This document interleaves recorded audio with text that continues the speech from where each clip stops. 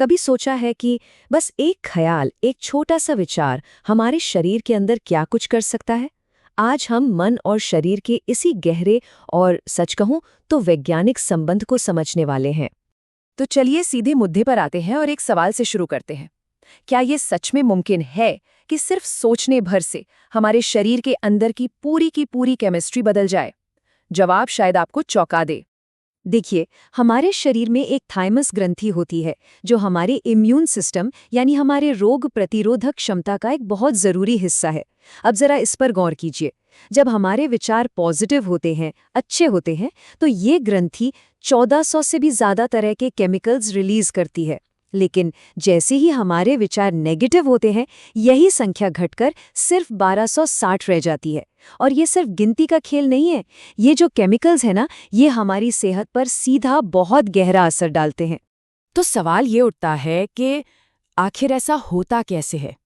मन और शरीर का ये जो कनेक्शन है, ये काम कैसे करता है? इसे समझने के लिए चलिए शरीर के कमांड सेंटर के अंदर चलते हैं। ये कमांड सेंटर और कुछ नहीं, हमारा नर्वस सिस्टम है, यानी हमारा तंत्रिका तंत्र।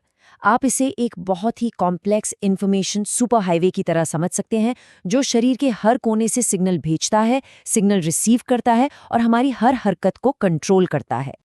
अब इस विशाल नेटवर्क की बनावट को थोड़ा और आसान बनाते हैं। इसे मोटे तौर पर दो मुख्य हिस्सों में बांटा गया है। पहला है सेंट्रल नर्वस सिस्टम, जिसे CNS कहते हैं, और दूसरा है पेरिफेरल नर्वस सिस्टम यानी PNS। तो जो सेंट्रल नर्वस सिस्टम है यानी CNS, वो हमारे शरीर का मेन प्रोसेसर है, बिल्कुल एक कंप्यूटर के CPU की तरह।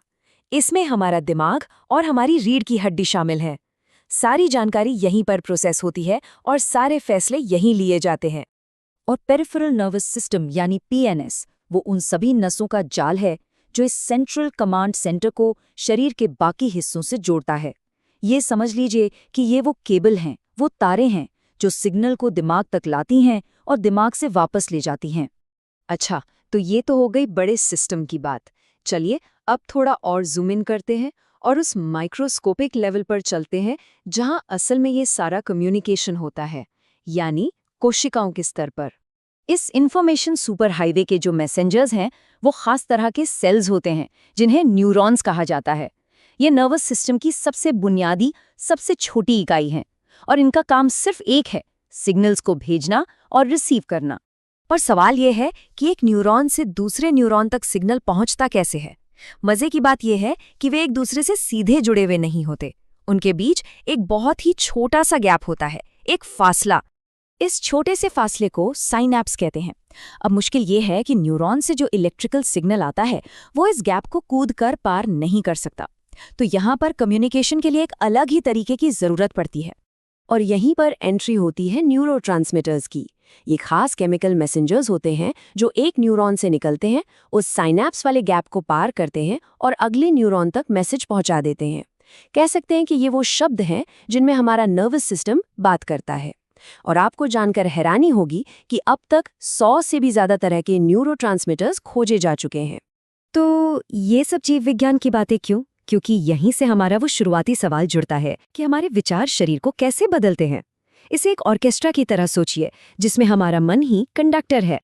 हमारे विचार, चाहे वो अच्छे हों या बुरे, असल में उस कंडक्टर की तरह काम करते हैं जो हमारे दिमाग को निर्देश देता है कि कौन से न्यूरोट्रांसमीटर्स यानी कौन से केमिकल सुर बजाने हैं। हर एक विचार एक खास तरह की केमिकल सिम्फनी शुरू करता है। जरा देखिए कि विचारों का असर कितना असली और नापने लायक होता है।